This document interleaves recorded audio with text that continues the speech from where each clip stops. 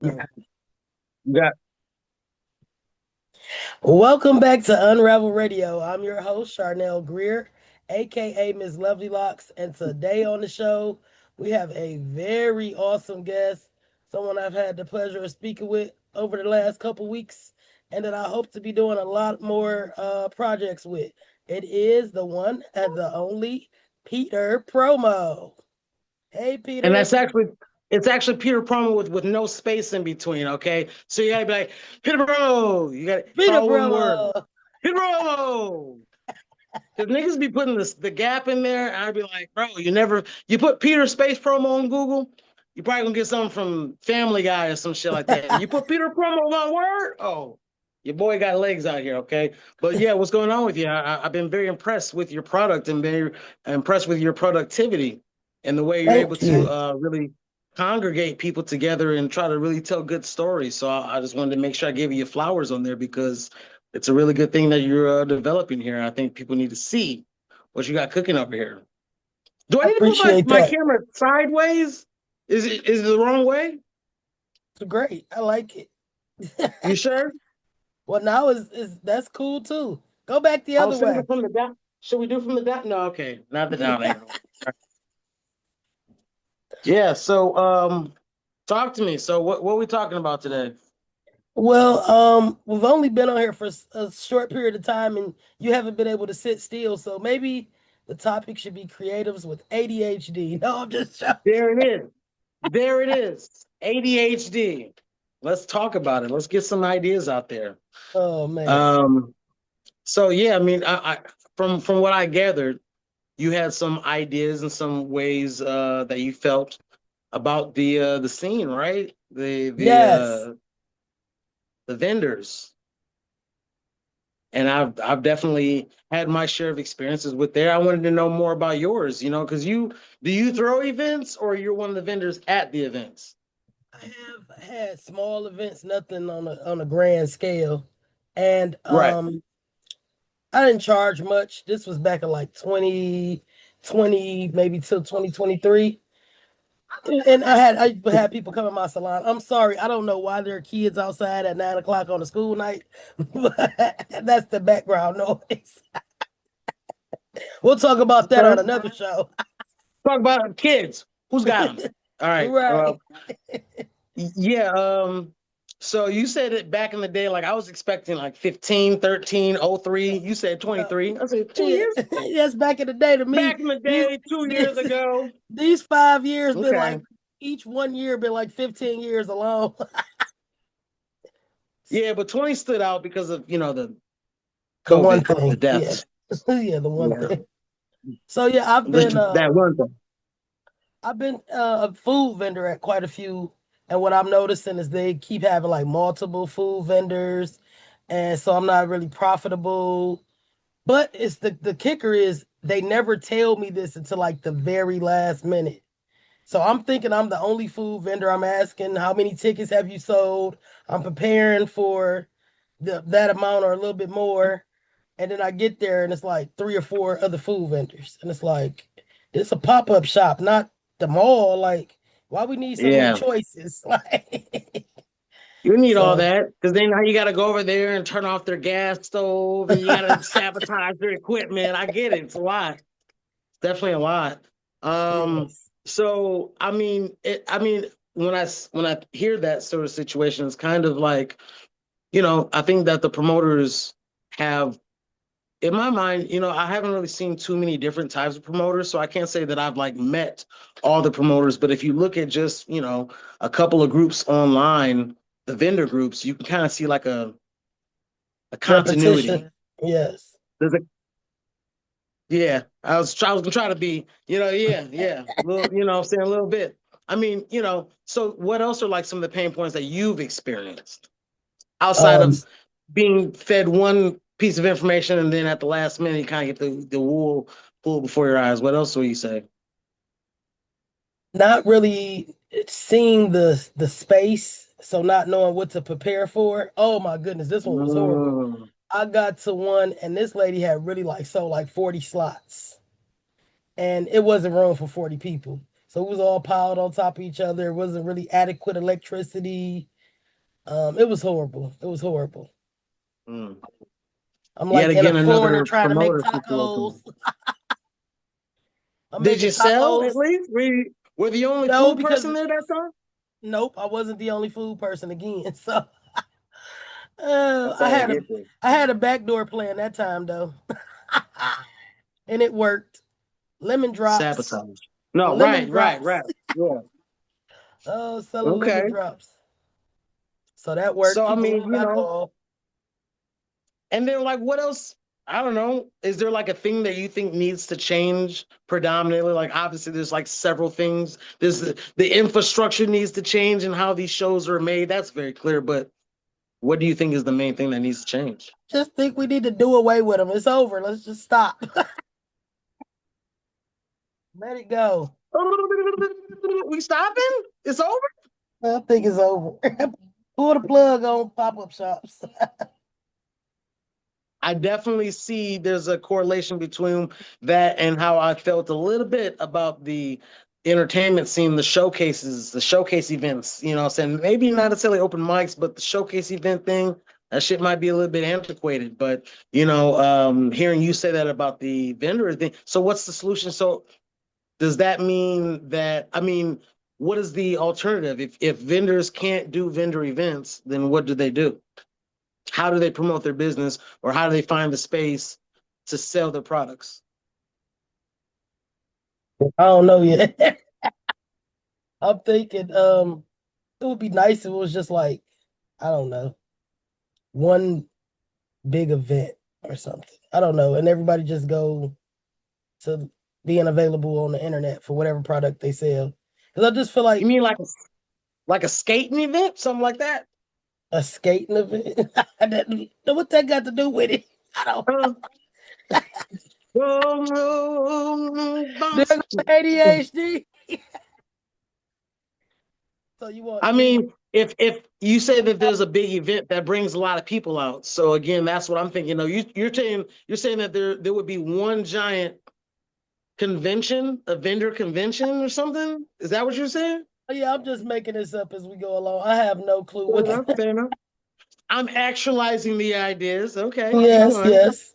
But no, I mean they could continue. I just think it should be some, guidelines, like maybe just one or two food vendors per every 50 to 100 guests, not something. I mean, a lot of times it's not even a walking in traffic. I'm selling food to the other vendors. That's it. Mm. Oh shit. So the people who paid to come do the show are the main ones there. Correct. Are you selling the food to the other food vendors? Sometimes, yeah. Wow. That I don't know how I feel about that. I like look, eat your own food.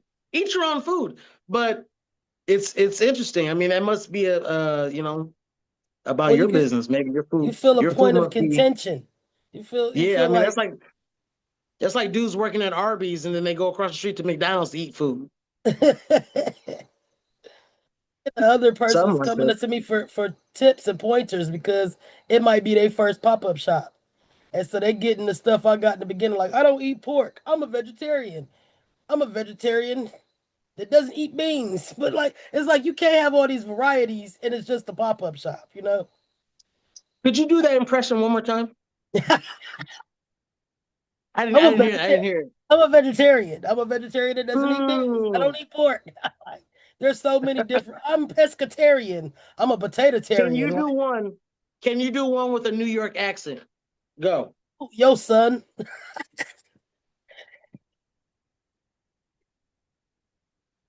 All right. I'll fuck with it. And I mean, Yeah. again, like I said, I'm just trying to see your pain points because I mean, how long you been doing pop-ups? Ever since back in the day, like 2020. You don't get your old Millennium Falcon. All right. So you have 5 years of grit in the game. Is there a community outside of just like Facebook where people meet and exchange ideas and talk about uh, the dichotomy happening in the industry? You know what I'm saying? Or You know like, what? Now I'm not. I was about to say no, but I would have been lying. So, um, 2 years ago, I was going down to the Easter market. There's a lady by the name of Chef E, wonderful lady. Shout out to her. And this is before I even came with the podcast. I ended up meeting Amanda Saab, which was a contestant on MasterChef. I'm just a foodaholic, and so they would have meetings there and will help you with learning how to get into a commercial kitchen, and all the steps you needed to take and the different certifications that you needed. So, but it didn't talk about the vendor space. I mean, the vendor world per se, but it was just a different community of foodies to be around to learn the ins and outs of the background stuff. I feel like you took the word alcoholic and then took the first couple letters out and then just put like, you know what, fuck it, let me just pop this here. I feel like it should mean the same.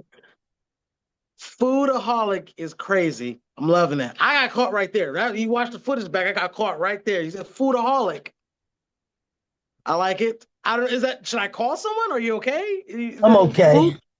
Okay, I'm because you got a sponsor. They're like, okay. stop. Listen, food. Lord. Hi, my name is John, and I'm a foodaholic. I'm addicted. I've been addicted since I was a bad birth.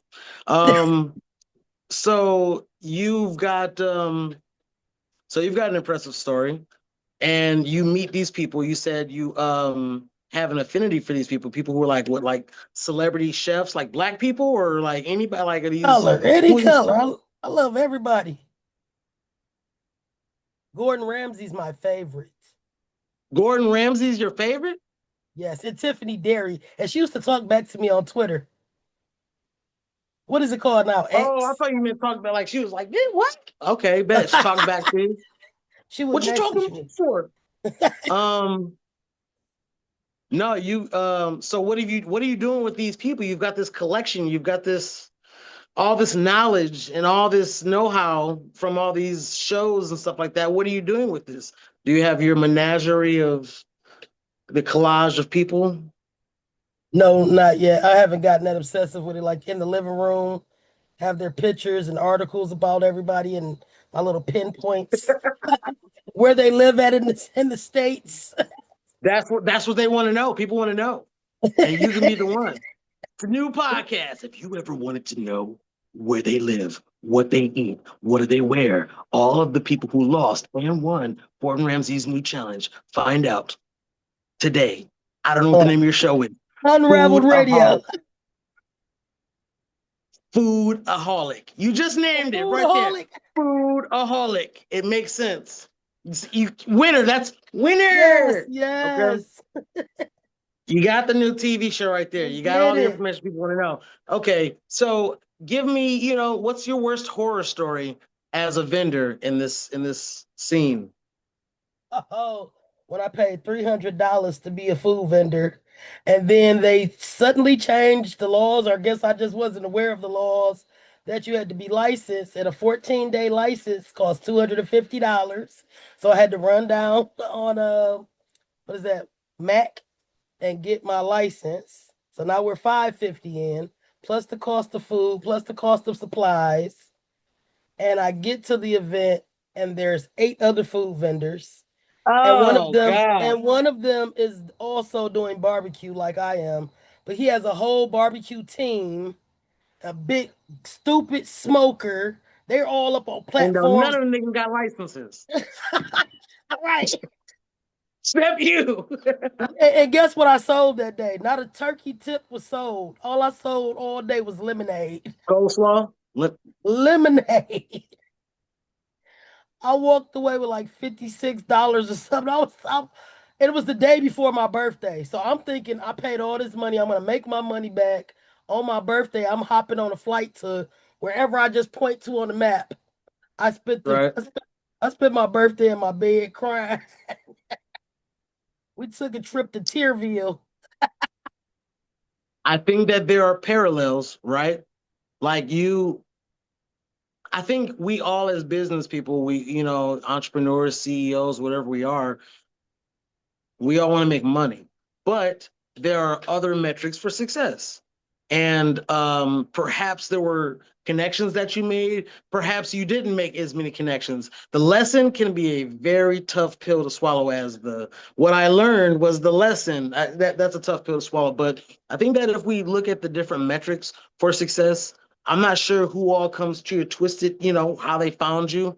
But if you found two customers, three, I say I put three up. If you found two customers, look in between, if you found two customers at that event, and those two customers, over the breadth of their relationship with you, are going to cough up $15,000 each, then you lost out on the $500 for that thing and getting your license, which is something you probably needed to do anyways, but you didn't want to have to do it right then at the time. So that's technically also a plus, but it sets you back. But you get what I mean? I'm not just trying to be a devil's advocate, that there are intangibles and ways to really make a great first impression, that once you only get one chance to make that. And so maybe you might have missed out on some money that day, and you might not have made any of these connections, but when you have a plan of action, which includes making sure that you are collecting emails, making sure that you're getting clips of people. If they only drink your lemonade, make me want to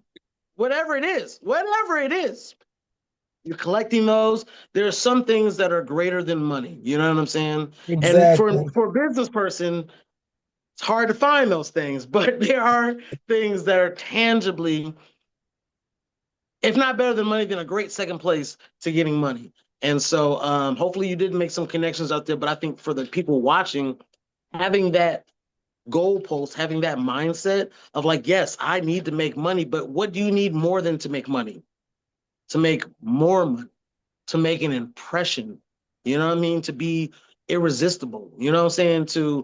To put yourself out there and make sure that you stand out. You want to ostracize well, maybe the ostracization is not the right word, but you want to seclude yourself from your contemporaries and make yourself stand out. And maybe that means going to all the vendors and be like, hey, what's up? How long you been doing it? And having a sincere conversation, because you don't know. And when people are thinking, like she was selling books, and then she's going to another vendor thing, and that person says, oh, and we don't have anybody who does food.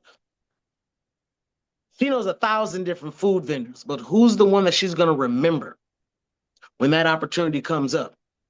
I definitely do You that, know what I'm especially saying? being the creator of Detroit Entrepreneurs. Every event that I'm a vendor at, I go around and I introduce myself. You I give got out my to. business Yeah. card and I ask them, have you heard of Detroit Entrepreneurs? Sometimes they'll go to look it up and realize, oh, I'm already in this group. But now they feel even more connected because they've met the creator of the group at the same time. And now they're like, yeah, let me come check out your food. I mean, having that, how many people are in your group? 23,000. All from Detroit or no? Some of them might not be from Detroit. It's a little graph I can go look at, but I believe like 85% of the people in the group are from Detroit. That's amazing. How long did it take you to build that up? I started that way back in the day, 2015.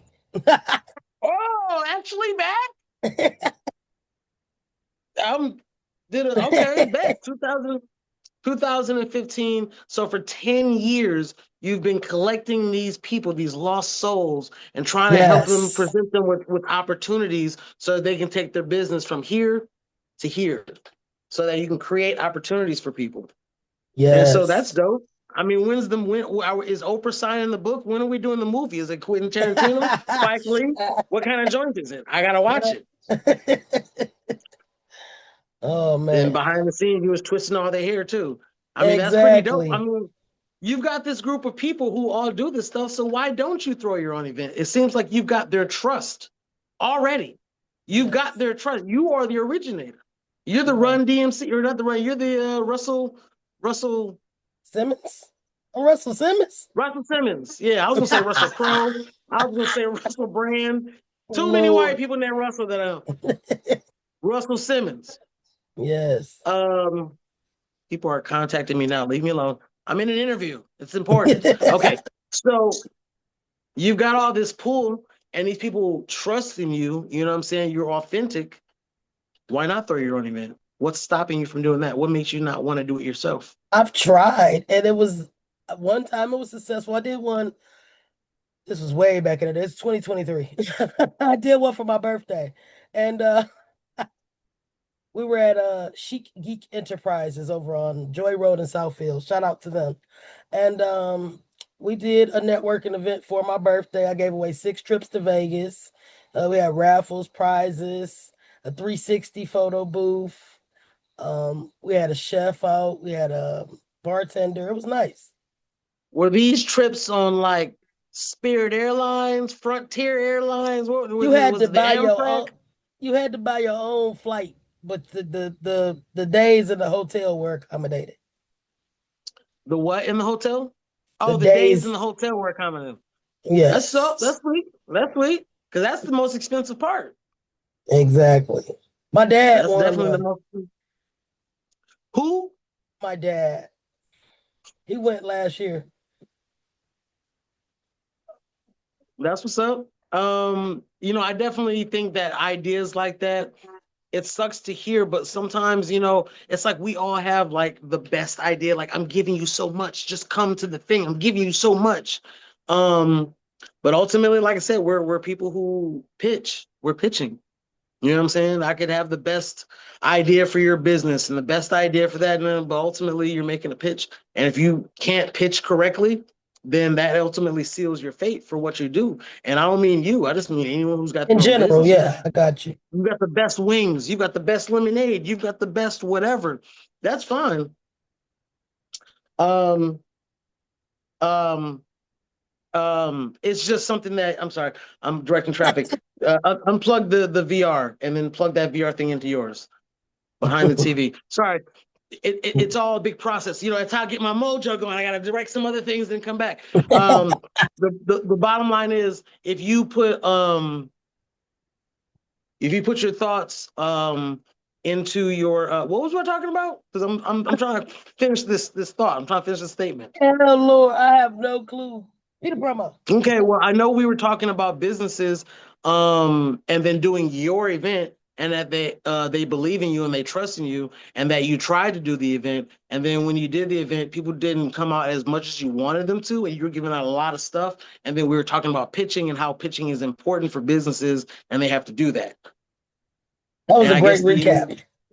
I know it all just came to me. I was like, yeah, yeah, yeah. So, um, you you ultimately as a business, in my opinion, it's like you can have the best whatever product, but what creates that authenticity is your brand, right? Your Okay. personal brand. I've talked to you about it. I've talked to several people about it. But an exercise that I always tell people, about, kind of ascertaining what does that mean? It's like, have I talked to you about the brands and about comparing different brands before? Nope, and you can't tell me today, but maybe on the next episode of Okay, Unravel Radio. yeah. Okay, we do the recap. We'll do the recap next time. But Yes. ultimately, like I said, there's some fundamental ways that businesses and entrepreneurs and vendors need to use to have like an 80% better expectancy from their events, from what they're getting back, from all those things. And I would love to talk to you about that so that people can find out more on how to spend less and get more from their business. That sounds great. It's been awesome interviewing you. Any last words? I think you were interviewing me. I Um, don't know how this was going. what are you talking about? We were just talking. It's Yeah, conversation. yeah, that's wonderful. You got any last words? I mean, you saying it like there's a gun to my head. Uh, yeah, I was gonna say, to praise God, I love my mama, and uh, I, shout out to the Lions. Hopefully, they do something this year. All right, up. Get with this guy. Peter, come back.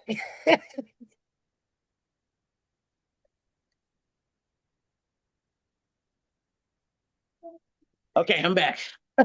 That's my last words. Oh Lord, I love it. It's been a pleasure having you on, and I look forward to seeing you on my new project that I got coming up, which is the Detroit Entrepreneur Podcast. So I'll be looking out for Peter promo on that one as well. And as always, stay true, stay unraveled, and create. Can I do my Can I do my outro? Sure. It's my special outro on all my lives. Are you ready for this? Yes. Scene. Okay. Be yourself because everybody else is already taken. And scene. That's it. That's the end of it. That's the way I end my things. So maybe you can cut that into your